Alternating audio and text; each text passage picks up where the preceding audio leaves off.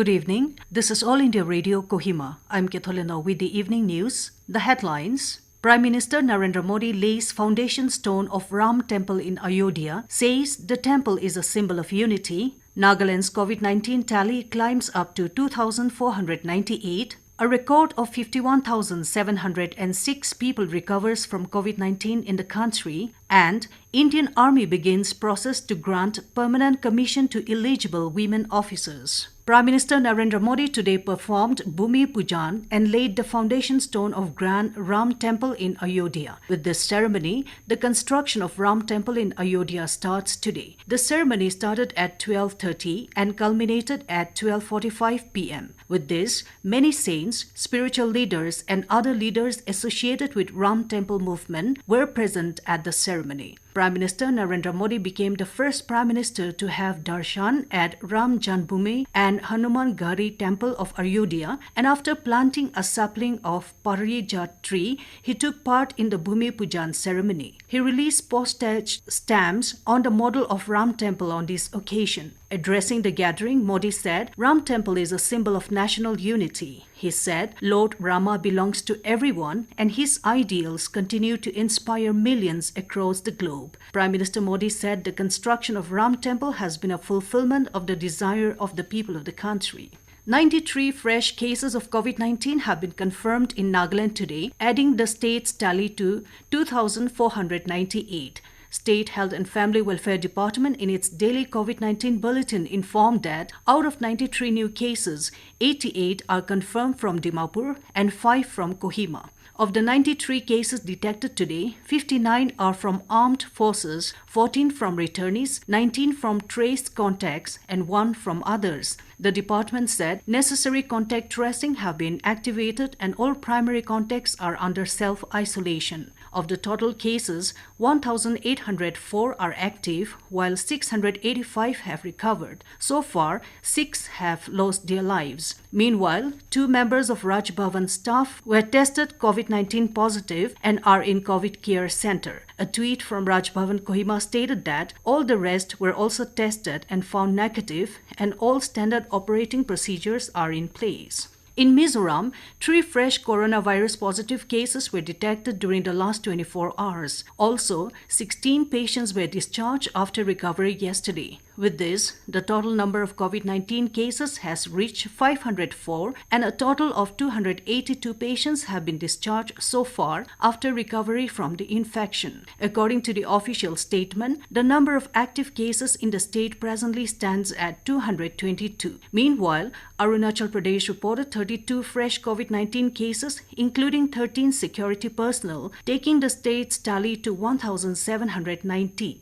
Assam reported its single-day spike with 2,886 new COVID-19 positive cases detected yesterday, taking the state's total tally to 48,161. In Meghalaya, 22 new COVID-19 cases were detected today, taking the total active positive case to 595, while the total number of recovered is 339. Highest recoveries from coronavirus were reported in the country during last 24 hours. A total of 51,706 people affected with the virus recovered in one day, which is the highest figure since the outbreak of COVID-19 pandemic in India. This has resulted in further improvement in the recovery rate, which reached 67.19% in the country. Health and Family Welfare Ministry today said a total of 12,82,215 people have recovered from coronavirus infection in the country so far. The ministry said a total of 52,509 new cases of COVID-19 were reported in the country in the past 24 hours, taking the total number of cases to 19,08,254. Presently, the total number of active corona cases in the country is 5,86,244. In a single day, 857 deaths were reported, taking the nationwide toll to 39,795. The case fatality rate has further declined to 2.08% in the country. This news comes to you from All India Radio, Kohima. Indian Army has kick-started the process to grant permanent commission to eligible women officers nearly 2 weeks after the Defence Ministry approved the proposal. It has asked women officers to apply for permanent commission by 31st of this month. Detailed administrative instructions have been issued to all affected women officers, giving out guidelines for submission of applications for consideration by the board. Women officers who have joined the Indian Army through the Women's Special Entry Scheme and Short Service Commission women are being considered, and all of them have been instructed to submit their application forms, option certificate, and other related documents to Army. The selection board will be scheduled immediately after receipt and verification of applications.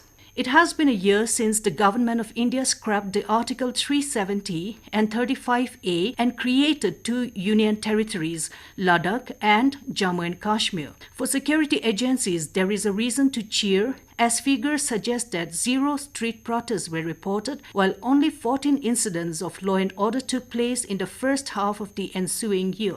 According to official data, no major law and order situation was witnessed in Kashmir since January 1 this year, barring a few incidents that were small in nature. The law and order incidents were less violent in nature compared to previous years, and no civilian killing took place in the protests. It becomes evident that youth of Kashmir have understood the futility of the street protests and have decided to not indulge such things. Ladakh is celebrating the first anniversary of realization of its 7 decades-old dream today. It was on this day last year, Ladakh was granted the status of Union Territory. Lieutenant Governor R.K. Mathur has greeted the people on the occasion. India has extended line of credit worth $18 million to the government of Maldives for the expansion of fishing facilities at Maldives Industrial Fisheries Company. The project envisages investment in fish collection and storage facilities and the setting up of a tuna cooked plant and fish meal plant. It is part of the $800 million line of credit offered by India with repayment tenure of 20 years and a 5-year moratorium. India High Commission in Malé said fishing is deeply connected to the Maldivian way of life and is a key driver of the economy through exports. It said India recognizes that Maldives is globally known for its pole and line artisanal fishing that is sustainable and responsible. This project will benefit the Maldives in accessing new markets, increasing fish collection and storage capacity, along with creating greater value addition and additional source of income. Petroleum and Natural Gas Minister Dharmendra Pradhan has tested positive for COVID-19 and has been admitted to a hospital. In a tweet, Pradhan said after seeing symptoms of COVID-19, he got tested and the report has come positive. He said on the advice of doctors, he has been admitted to hospital. The minister said that he is healthy. Pradhan is the second union minister in the cabinet to test positive for COVID-19. Earlier, Home Minister Amit Shah had tested positive and admitted to hospital. And in Bihar, the flood situation continues to remain grim in affected areas of the state. The flood-affected people in North Bihar increased by over 7 lakh in 24 hours as 2 districts of Madhepura and Saharsa were declared flood-affected. Over 64 lakh people of 16 districts spread over 1,152 panchayats are reeling under the impact of flood. The worst affected districts are Darbhanga and Muzaffarpur, where 19 and 14 lakh people have been affected by devastating floods respectively. The swirling water of Gandak, Bagmati and Buri Gandak is rapidly spreading in low-lying areas. Affected people who are living in low-lying areas have been advised to move to higher places. 42 people have lost their lives in flood-related accidents during the last 24 hours. Maximum casualties were reported from Darbhanga and Muzaffarpur. To end the news, the headlines here again. Prime Minister Narendra Modi lays foundation stone of Ram Temple in Ayodhya, says the temple is a symbol of unity. Nagaland's COVID-19 tally climbs to 2,498. A record of 51,706 people recovers from COVID-19 in the country. And Indian Army begins process to grant permanent commission to eligible women officers. That's all we have in this evening news bulletin. Good night.